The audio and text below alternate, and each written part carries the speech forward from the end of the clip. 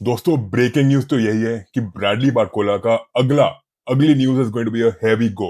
ठीक है, फब्रीजो रोमानो ने अपनी लेटेस्ट वीडियो में अभी कंफर्म कर दिया है कि ब्रैडली बारकोला के जो रिपोर्ट्स थे that Liverpool are struggling in matching the price. PSG की asking price was around 170 million euros और मैं इतने हफ्तों से बोल रहा हूं कि 140 मिलियन यूरोस तो लिवरपूल को अफोर्ड करनी पड़ेंगे। They have to match that price level to 140 145 million Euros.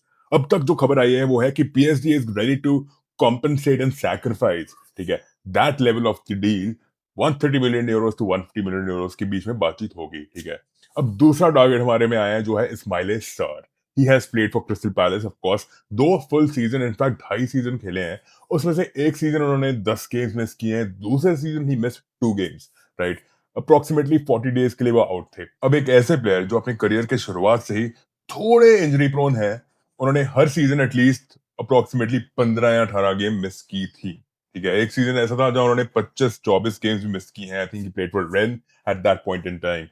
But the point is, Marseille से आए Senegalese who joined Crystal Palace. He has experience in the Premier League, right? Seasoned है एक तरह से बोल सकते हैं। क्रिस्टल पैलेस के साथ आपने देखा होगा विंग बैक फॉर्मेशन में with Oliver Glasner, with Patrick Vieira as well, he thrived quite a bit. ठीक है, अब आप बात करें मटेडा की, talk about Yeremy Pino, talk about Ismail Sarr. Ismail Sarr is that guy who is so versatile. He can play across all three positions, forward positions में वो कहीं भी खेल सकते हैं। ठीक है, अब बात करो आप वर्क एथिक की, बात करो एटीट्यूड की, बात करो डिसिप्लिन की। See he is a Senegalese, he believes, he worships and he loves football. ठीक है, he's going to play for the match, he's going to give it his all, I'm telling you. And he would be loving and raring to come to Liverpool and perform for us. दूसरी बात यह है कि अब गैलेटासरे के पास 54% chances हैं as per transfer market, और even Fenerbahce is in that race to sign Ismail Sarr. ठीक है, अभी रफाल लेआओ का तो अभी कंफर्मेशन हो चुका है, रफाल लेआओ इज गोइंग टू गैलेटासरे। ठीक है, अब नाउ सऊदी प्रो लीग ने काफी कुछ सालों से हमें तंग किया हुआ है। जो असली स्टार टैलेंट है, I was so disappointed to see by the way कि Rayan Dears is going to Al Hilal, right?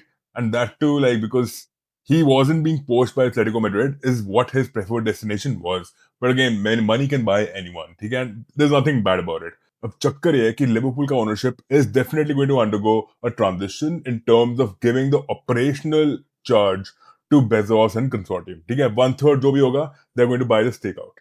अब उसमें क्या होने वाला है, आई थिंक लिवरपूल का board is definitely has changed their direction. Last year they wanted to commercialize the club. They want to match Man United or Real Madrid type valuation. उसमें क्या होता है, उसमें आप अपने क्लब का जो प्रोजेक्ट होता है that gets affected. You're basically chasing players who come with a lot of price, a lot of asking price on the pitch, off the pitch. Florian Wirtz and Isak उसमें गिने जाते हैं। ठीक है, अब दिक्कत यह है कि अगर ब्रैडली बारकोला आ रहे हैं, what is the guarantee that our right wing position problems are going to improve? Ismail सार भी चलो आ जाते हैं, अगर ये दोनों आ जाते हैं, what is the guarantee Liverpool are still going to compete for the league? Because midfielder का तो कोई अता पता नहीं है।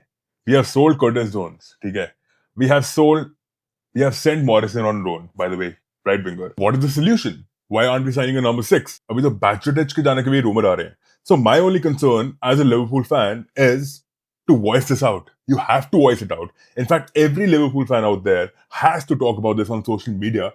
प्रेशर तो डालना चाहिए, दबाव किसी तरीके का होना चाहिए। अकाउंटेबिलिटी अगर आप फैंस को नहीं दोगे जो क्लब को सपोर्ट करते आ रहे हैं, यार बात ये नहीं है कि हमारा कोई रोल नहीं है, बहुत मैसिव रोल है हमारा। ठीक है, लोग सुनते हैं हमारी बात।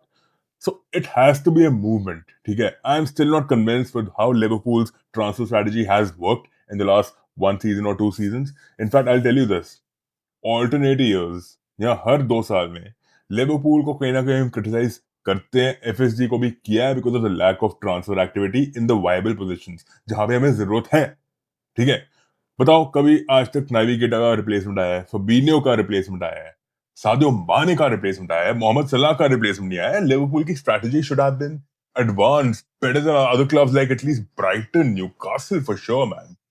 ब्रेंटफोर्ड ने संगारे साइन कर लिया, मतलब थोड़ा सोचें। Something is definitely going on with the Liverpool recruitment plan, and it shows the instability with a person like Richard Hughes at the helm of things. Sporting director है वो हमारे club के, कब बाहर आएंगे? अभी रेड राउंड टेबल तब तो किया जब Arne Slot was struggling to win games. Jan के महीने में किया, फिर मार्च के महीने में किया, 2 बार किया। अब कब करेंगे अगला रेड राउंड टेबल?